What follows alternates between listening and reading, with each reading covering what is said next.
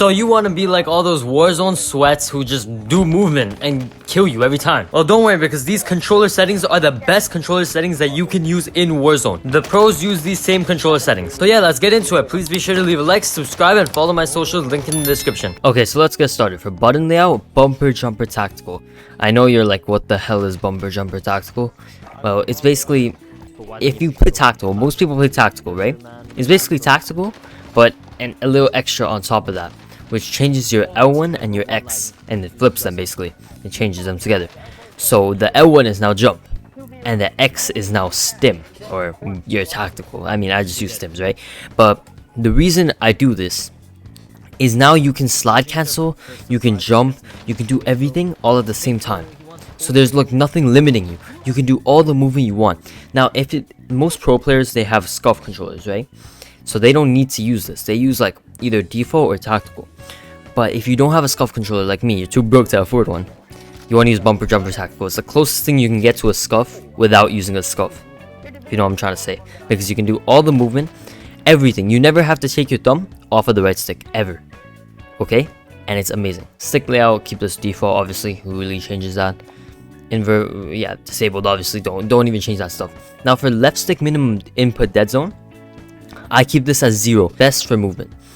Now, it might drift a little bit, so you might want to bring it up, but the lower this is, the best for the movement. And that's obviously best for like the right stick minimum input dead zone too, but the right stick drifts more, and it's for looking around. So you want to keep this a little higher than that. So I keep it 0.06. This all depends on your controller, how new it is. If it's newer, I would keep it like 0.04, 0.05. Mine is still pretty good. My controller is pretty good, so I use it as 0.06. And yeah.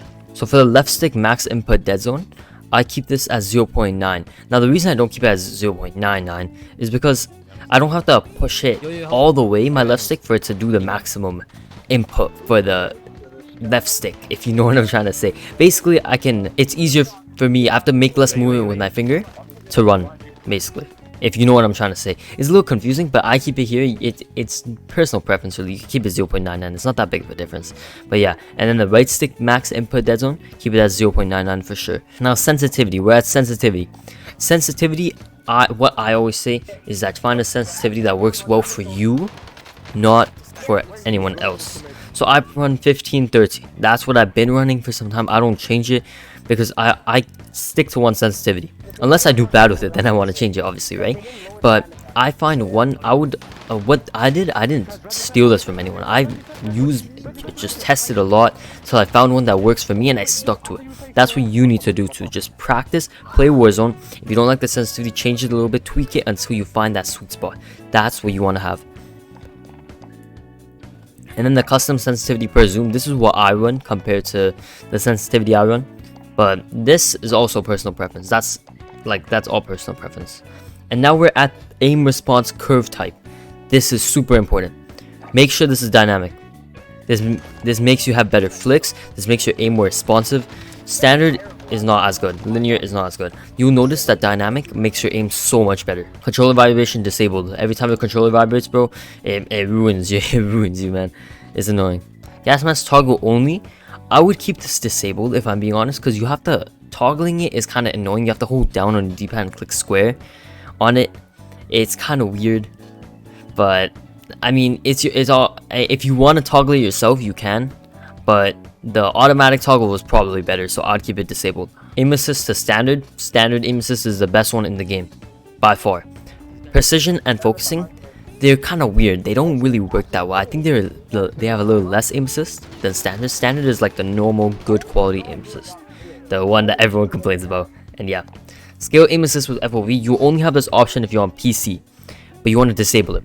Basically, your aim assist won't depend on your FOV, that means. So you will still have the same aim assist as you would if you had 80 FOV.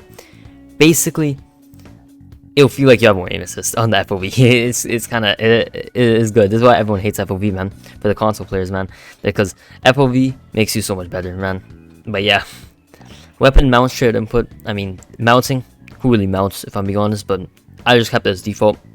ADS plus melee, right? And yeah, weapon mount exit, no one really cares. Aim downside. If you don't have this on hold, I do not know what you're doing. Steady aim behavior toggle. I just keep this toggle. This doesn't really matter, but that's your choice. Equipment behavior hold, obviously. Use / reload behavior. You should be using contextual tap at all times. Just saying. You never know.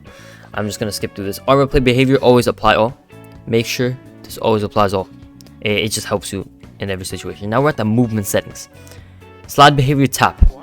Keep this at tap. This will help you slide cancel. If you have it on hold, it will be really annoying to slide cancel. It won't work well. Tap. Tap is what you want. Auto move forward disabled. You never want this. You're gonna move forward in the fight. It's gonna ruin you. Don't do that. Tactical sprint. Double tap. I mean, this doesn't really matter because of this setting. Automatic sprint. Automatic tactical sprint. This is what you want this on. This will make your movement so much better. Now you're gonna be like, it's so weird to automatically sprint. You gotta get used to it. That's how I thought too. This makes your movement 10 times better, bro. It's not even funny. Automatic tactical sprint and slide behavior to tap. You can slide cancel like insanely now. It's amazing. Now vehicle camera recenter. I mean, who really cares about that? I mean, your choice. That one really doesn't matter. But parachute auto deploy. Keep this disabled. And you're probably like, why? I'm gonna hit the ground and die. Well, you can deploy your parachute lower if you manually do it. The automatic one deploys you at a certain height. And basically, you're just failing to land as fast as you can. But if you have it on disabled, you'll be able to manually do it lower. And yeah, so those are the best controller settings in Warzone. So thank you for watching the video. Please be sure to leave a like and subscribe. There's a video on how to control recoil really well on screen right now. I show the best tips and tricks to control recoil right here. So go and check it out if you want. It's really helpful. And yeah, I'll see you next time.